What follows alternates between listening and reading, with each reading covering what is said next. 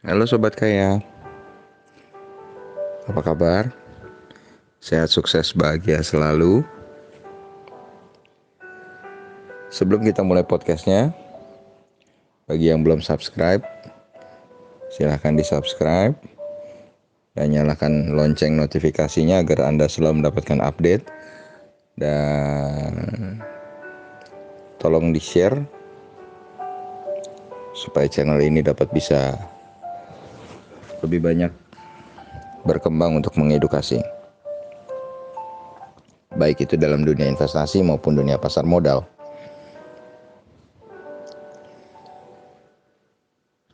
Topik kita kali ini adalah 7 hal yang harus Anda pertimbangkan sebelum berinvestasi di pasar modal.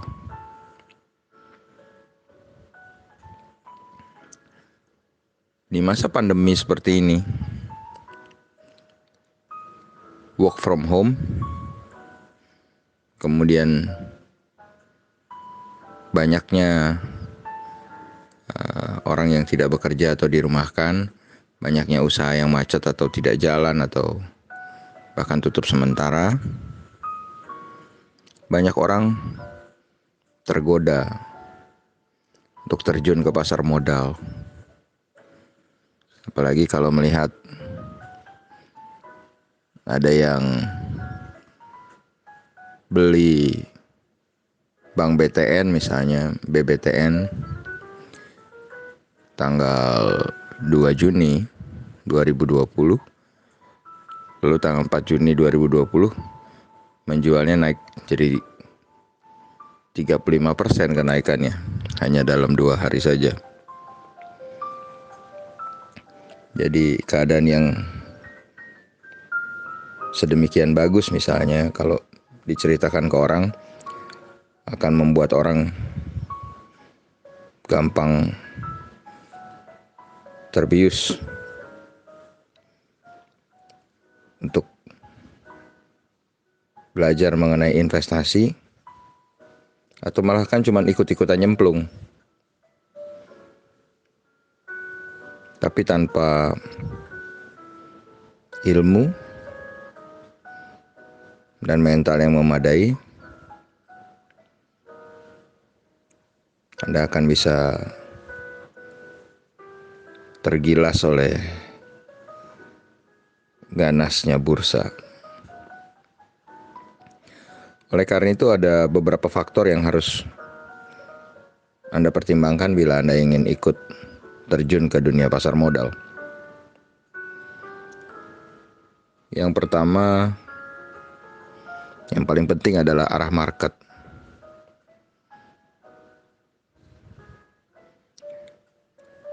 Jadi di dalam market atau pasar modal itu sendiri, IHSG atau indeks harga saham gabungan memiliki tren. Ada 3 jenis tren yang ada di pasar modal, yaitu tren menaik atau bullish trend. Dalam bullish trend ini saya rasa semua orang pasti bisa invest atau trading dengan baik ya, tanpa perlu pengalaman atau tanpa perlu ilmu. Karena apapun yang dibeli akan jadi emas atau jadi naik.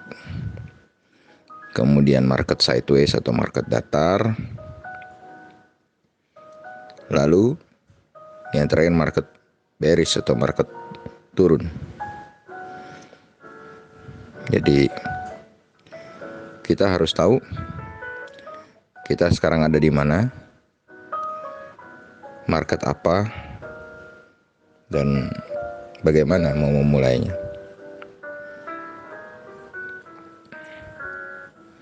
Yang kedua, kapasitas modal.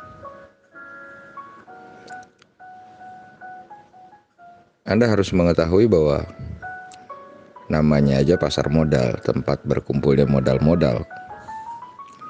Jadi apa yang Anda inginkan, trading jangka pendek atau trading jangka panjang? Bagaimana permodalan Anda? Berapa besar modal yang bisa disisihkan, berapa besar money management yang Anda akan lakukan, dan risiko apa yang Anda akan ambil dengan modal Anda. Karena harus Anda ketahui bahwa di dalam pasar modal ada yang namanya fee transaksi. Nah, kalau Anda memang hanya ingin trading cepat tapi tidak ada perencanaan, Anda hanya ingin untung cepat tanpa ada pengalaman, dan modal Anda terjunkan semua, bisa-bisa Anda keluar masuk, uangnya habis terkena fee transaksi. Bayangkan kalau dalam 1 tahun Anda melakukan 200 kali transaksi dengan fee 0,5%. Apa yang terjadi? Yang ketiga, mau trading, mau invest tanpa ilmu. Banyak sekali cerita atau kisah kegagalan investasi saham di seluruh dunia disebabkan karena salah strategi. Berarti secara tidak langsung sang investor ini gagal ketika merespon atau memilih saham yang menjadi target. Oleh karena itu, adalah amat tidak bijak untuk berinvestasi jika Anda tidak mengetahui ilmu yang benar. Ketika Anda nekat untuk menanamkan uang di saham, tapi sama sekali tidak mengerti bagaimana mindset bertransaksi, bagaimana mindset investasi, bagaimana mindset trading, kemudian tidak mengerti analisa, baik itu teknikal, fundamental, volume maupun bandarmologi, itu sama saja Anda terjun ke dunia pasar modal dengan kondisi mata ditutup alias gelap. Yang keempat, komunikasi yang intensif dan berkelanjutan serta mempunyai sekuritas yang dapat dengan sigap membantu Anda. Karena Anda harus memiliki rekening investasi melalui sekuritas. Jadi ketika Anda akan membuka rekening investasi di sekuritas, jangan pernah ragu untuk menanyakan segala hal. Fee transaksi, atau biaya, cara bertransaksi. Jadi pastikan bahwa Anda bisa membangun komunikasi intensif dengan siapapun, entah pialang, entah broker, entah salesnya yang memang menangani pembukaan transaksi Anda. Jadi jangan sampai banyak sekali kejadian orang buka akun, kemudian setelah akun jangankan bisa invest atau mengerti mindset saham, untuk jual beli saja, mengoperasikan aplikasinya saja masih bingung gitu. Jadi Anda harus dengan serius, intensif, minimal belajar sampai bisa mengoperasikan aplikasinya pada representatif dari sekuritas itu. Yang kelima, masih punya utang. Utang boleh, terutama utang produktif ya. Kalau utang konsumtif sih jangan. Tapi kalau tidak terkontrol, utangnya makin lama makin membengkak, lalu Anda ingin investasi, apalagi kalau niatnya investasi supaya dapat income tambahan untuk menutup utang. Ini sangat tidak disarankan ya. Ini bisa gawat. Bahkan sangat gawat. Loh, kenapa gitu? Karena investasi atau trading di pasar modal itu dipenuhi dengan risiko rugi, ada risiko rugi. Masalah akan muncul jika utang Anda jatuh tempo dan posisi saham Anda sedang rugi. Jadi repot. Karena pada akhirnya Anda harus jual saham untuk bayar utang.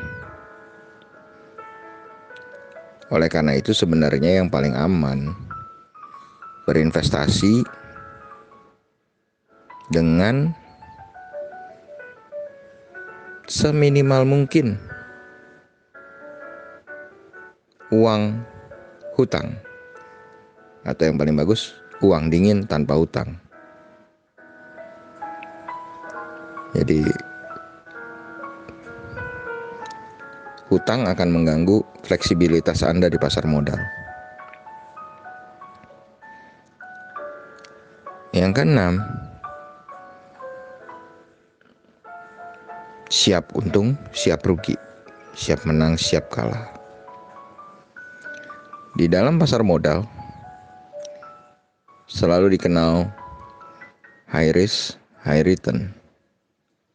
Bukan high return, high risk. High risk, high return.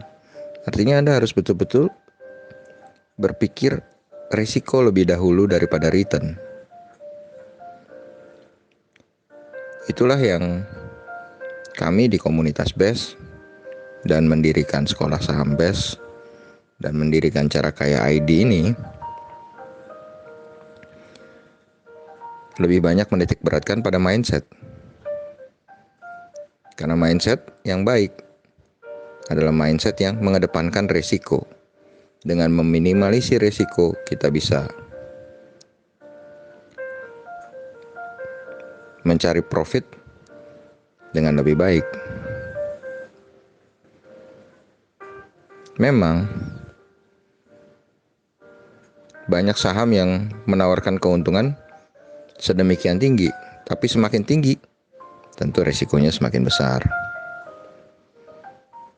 Jadi kalau Anda ingin dapat penghasilan dari investasi saham,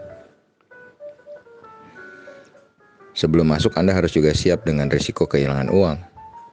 Sama seperti risiko Anda gagal dalam bisnis. Banyak orang membangun bisnis gagal total. Misalnya kita mau membuat sebuah toko pakaian.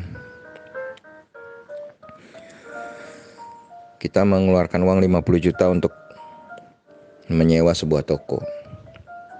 Katakanlah 50 juta itu untuk 2 tahun. Maka besok pagi setelah kita bayar uang sewanya, 50 juta itu sudah hilang 100%. Belum Anda dekor dan lain-lain. Kalau jalan ya sukses, kalau nggak berhasil kan gagal juga.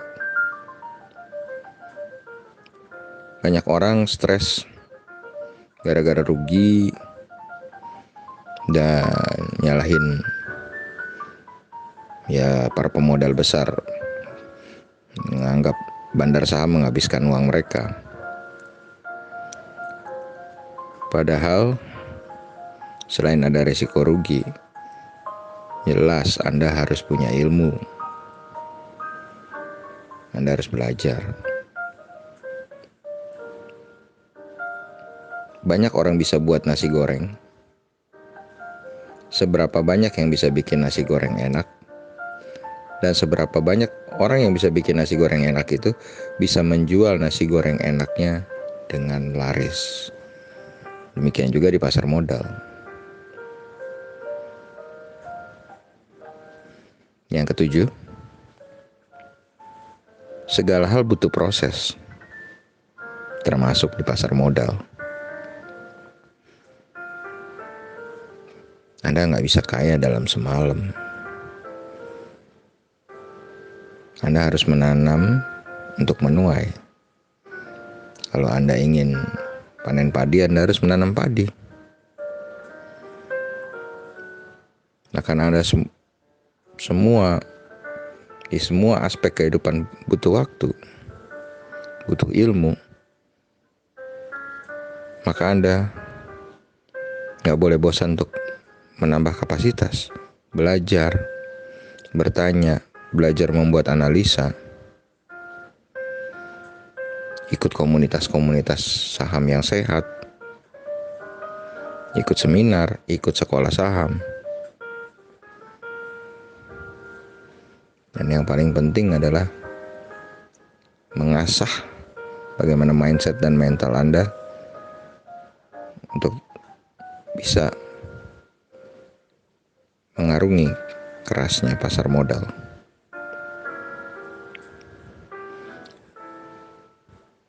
Setelah Anda menguasainya, bukan nggak mungkin, malah Anda yang jadi pakar saham, atau bahkan malah Anda yang mungkin jadi guru saham. Tapi kan Anda harus menguasainya dahulu. Sekian podcast hari ini. Semoga bermanfaat. Bila Anda merasakan bermanfaat, jangan ragu untuk share ke teman, saudara, rekan, sahabat, supaya channel ini dapat berkembang lebih baik, mengedukasi. Terima kasih.